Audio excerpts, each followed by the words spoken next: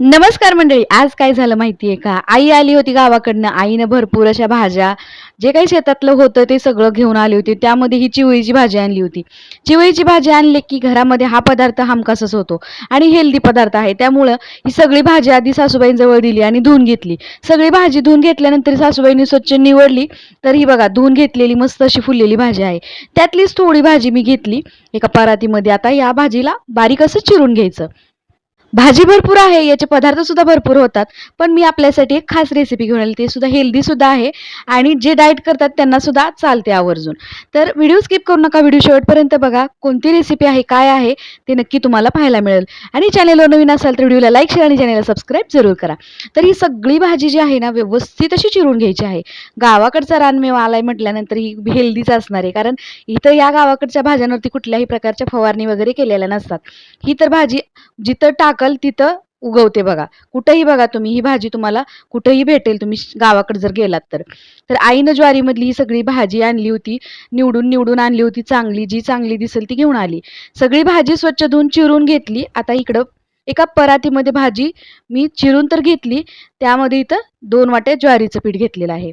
तर सासूबाईंना सांगितलं होतं रेसिपी दाखवायची, तरी पण सासूबाईंनी पिठामध्ये भाजी मिक्स केली. नंतर लक्षात आलं. तर ही रेसिपी माझ्या सासूबाई करत आहेत. त्यामुळं तुम्हाला मी व्हिडिओ शूट करताना दिसते, पण सासूबाईला जसं सांगेल तसं सासूबाई त्यामध्ये साहित्य टाकत होत्या. तर या पिठामध्ये मी थोडंसं गव्हाचं पीठ घेतलं होतं, अर्धी वाटी गव्हाचं पीठ, थोडंसं डाळीचं पीठ आणि यामध्ये घातली थोडीशी हरभऱ्याची डाळ, थोडासा ओवा घातला, शेंगदाणे घातले आणि ठेचलेला लसूण. यामध्ये आणखीन सुद्धा साहित्य जाणार आहे. भाजी मात्र बारीक चिरून घ्यायची आहे. हे बघा. तर हा जो पदार्थ आहे किंवा ही जी रेसिपी आहे, तर माझी आई ना खूप छान पद्धतीने करते. माझ्या आईच्या हातचे ना हे पदार्थ खाल्ल्यानंतर खूप आणि माझ्या सासूबाई सुद्धा खूप छान असे पदार्थ वेगवेगळे करत असतात. तर इकडं मी थोडीशी हिरवी मिरची सुद्धा यामध्ये वापरलेली आहे. ऑप्शनल आहे हिरवी मिरची वापरणं आणि हिरवी मिरची सगळ्या पिठामध्ये व्यवस्थित मिक्स करून घ्यायची. वरून थोडीशी हळद घालूया. इथं काय करतात सासूबाई आणि माझी सानोली म्हणजे माझी मुलगी, या दोघीजण मिळून हे पदार्थ बनवत आहेत. मी फक्त शूट करते कारण माझा सध्या आराम चालू आहे. तर थोडंसं लाल तिखट सुद्धा घालते चवीसाठी. हिरवी मिरची जास्त तिखट नसेल तर लाल तिखट वापरलं तरी चालते किंवा मिरची स्किप करून तिखट जरी वापरलं तरी सुद्धा चालेल.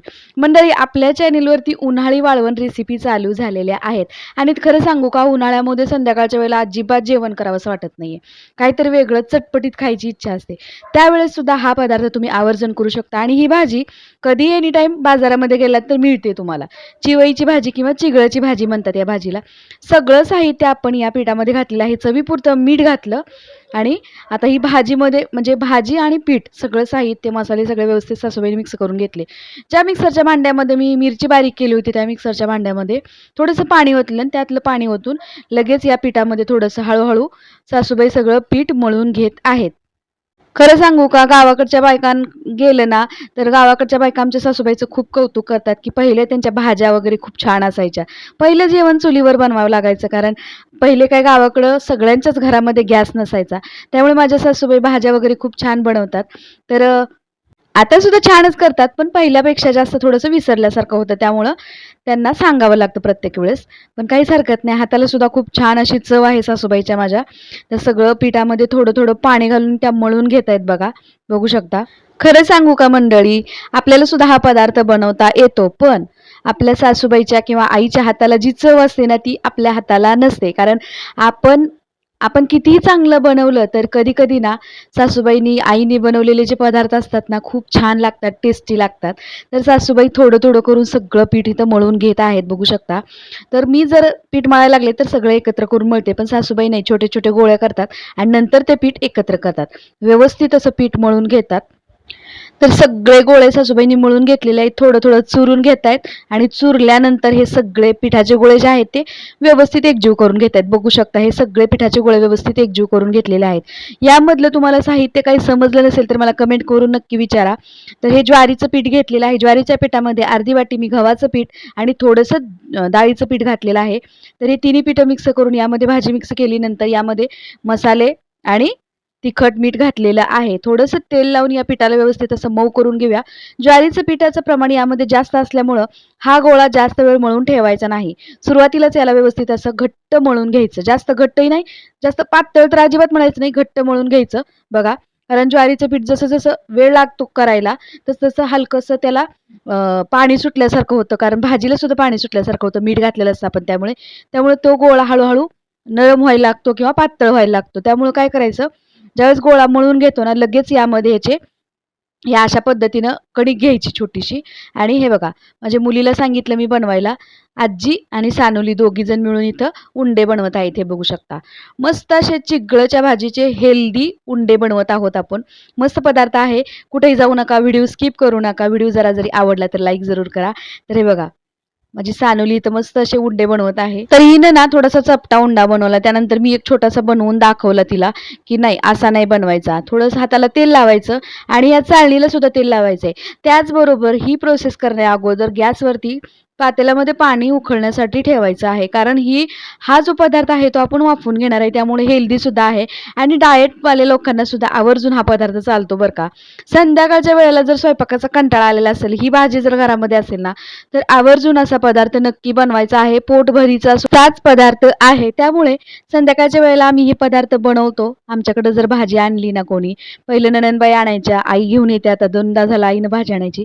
आणि आता अशा पद्धतीने संध्याकाळच्या वेळेला उंडे बनवले ना, संध्याकाळी बाकीचा सगळा स्वयंपाक करायची काहीच गरज नाही. फक्त उंडे खातात मुलं.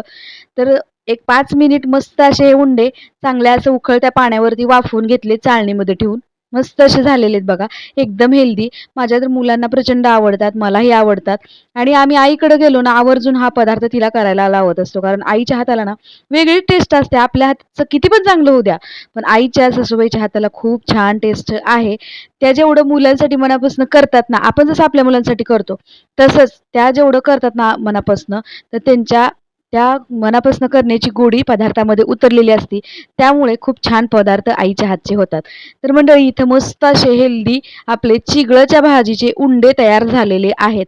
आम्ही तर याला चिगळचीच भाजी म्हणतो. काही ठिकाणी याला चिवची भाजी म्हणतात किंवा रानभाजी सुद्धा म्हणलं जातं.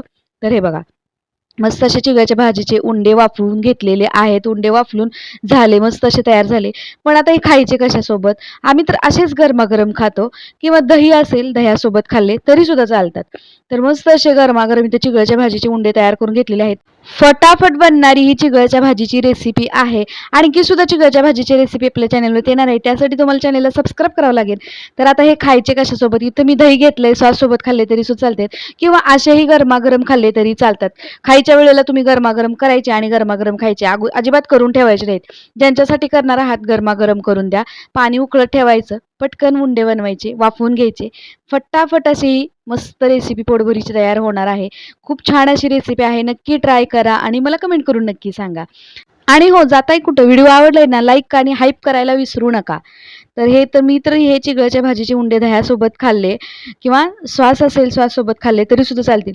मुलांच्या शॉर्ट ब्रेकला काय द्यायचं जर समजत नसेल तरी हे दिले तरी सुद्धा चालतात बरं का. एकदम हेल्दी आहेत आणि मुलं भाज्या खात नाहीत बघा. अशा पद्धतीचे जर हेल्दी पदार्थ बनवलेत ना, मुलं मागून खाणार ही रेसिपी अशी रेसिपी झालेली आहे. मस्त असे चिगळ्याच्या भाजीचे उंडे तयार केले. तर चला मंडळी, आता वाट कशाची बघताय? पुन्हा भेटूया अशाच एका छानशा मस्त अशा हेल्दी आणि झटपट इन्स्टंट रेसिपी सोबत. तोपर्यंत मस्त खावा आणि मजेत राहावा. व्हिडिओ पाहिल्याबद्दल मनापासून धन्यवाद.